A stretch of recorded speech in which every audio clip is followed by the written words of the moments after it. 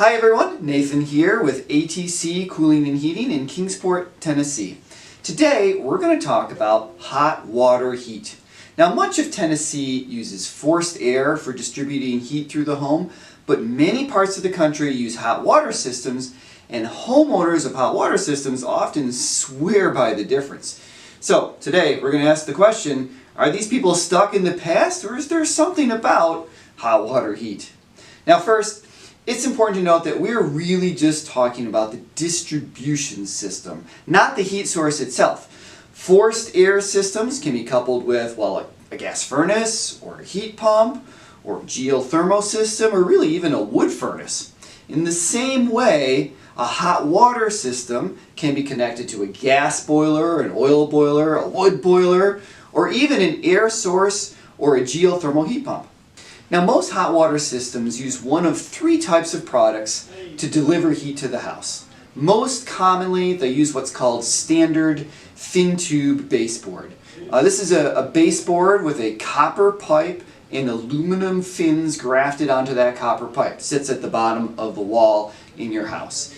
With 180-degree temperature water flowing through the baseboard, most brands of baseboard develop about 550 BTUs per foot.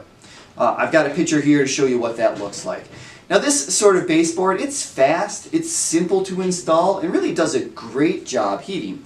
That said, much of its heat output is convectional. In other words, it heats the air rather than radiant, which heats things directly. Still, baseboard heat is super comfortable, and I have personally lived in several houses with baseboard heat.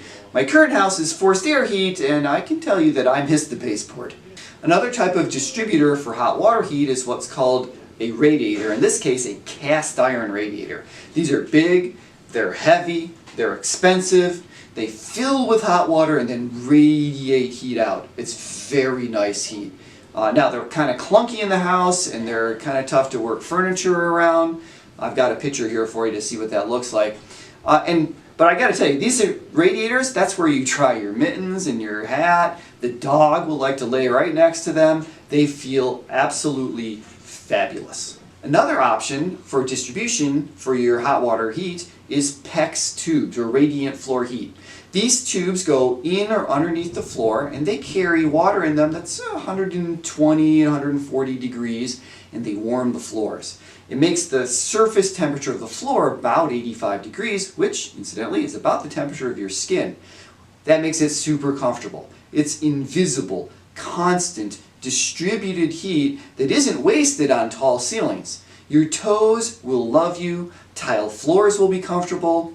That said, heavy carpet can keep out the heat, and it's really not a great choice for radiant floor. Some houses, though, they will combine radiant floor heat in much of the area, and then baseboard in other areas that, for example, have carpet like a bedroom. Now, a fourth option, but one that is really only found in Europe, is called radiant panels. It's sort of like a cast iron radiator, but with a more modern look. Here's a picture to show you what that looks like. These are very nice, they're very comfortable, and we can certainly get and install them here in the States. Alright, now let's summarize the major benefits of hot water heat and also hit on the one kind of major downside. First off, hot water heat is super comfortable. There is no lukewarm air blowing on you from a forced air system, especially with heat pumps.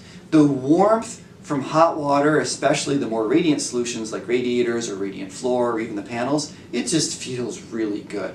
I cannot stress how important this benefit is. Hot water heat will blow your mind with how comfortable it can be. Next is zoning. Hot water baseboard, radiators, anything can be easily zoned. For example, in my last house, which used a combination of baseboard and radiant floor heat, was zoned separately in the basement, the main floor, the master bedroom, and then the rest of the bedrooms too. That was 4 zones in an only 2,500 square foot house. Everyone had their own thermostat, everyone was comfortable. It's a great way to do things. Now for reference, zoning in a forced air system is indeed possible, but it's not nearly as flexible as it is with hot water. Efficiency is another benefit to hot water heat. With forced air, there are always places in the ductwork, there's a little bit of air leak is lost, maybe in the crawl space or the attic or some other unconditioned space. In fact, many forced air systems have air leakage of 20%. That's 20% of what you're paying for the heat that just goes outside and is lost. But with hot water, there are no leaks. Well, if there ever were a leak, you would know because you'd have a flood. But without leakage, the heat that you pay for goes exactly to the area you want it to, and that just makes the system more efficient to start. Now, another advantage to hot water heat is that it's characteristically very even in temperature. Forced air system temperatures can vary across the home, often as much as 6 degrees or more. But hot water, well, it just ends up more forgiving and more even across the house. Much of the difference, I think, is because you don't have a loss in air velocity like you do in ductwork. The hot water heat is always circulating. So the last benefit that we're going to talk about is, and it's kind of a bonus to hot water heat, is that you can also heat your domestic hot water with your boiler or your heat pump or whatever you're using for your heat source for your hot water system. In using the boiler or the heat pump, it's usually far, far more efficient than a simple electric tank that you might have coupled with a forced air system. And on top of that, it provides a lot more hot water for your showers and baths. Okay, so we have talked about how hot water heat is far more comfortable than forced air. It's more efficient because it doesn't have duct losses. It's easier to zone and can be used for domestic hot water too. What you're asking now is the downside. Well, the biggest downside to hot water heat isn't something about the heat itself. Instead, it's about the lack of suitability for air conditioning. For almost all scenarios and climates, air conditioning is best served by moving cooled air through the house. No ductwork from a hot water system means no easy way to add air conditioning. And this is kind of what makes heat pumps so popular. Not only do they use the perfect distribution system for air conditioning, in other words ductwork, they also provide heating and cooling all by themselves. There's not two separate units like a furnace and an air conditioner.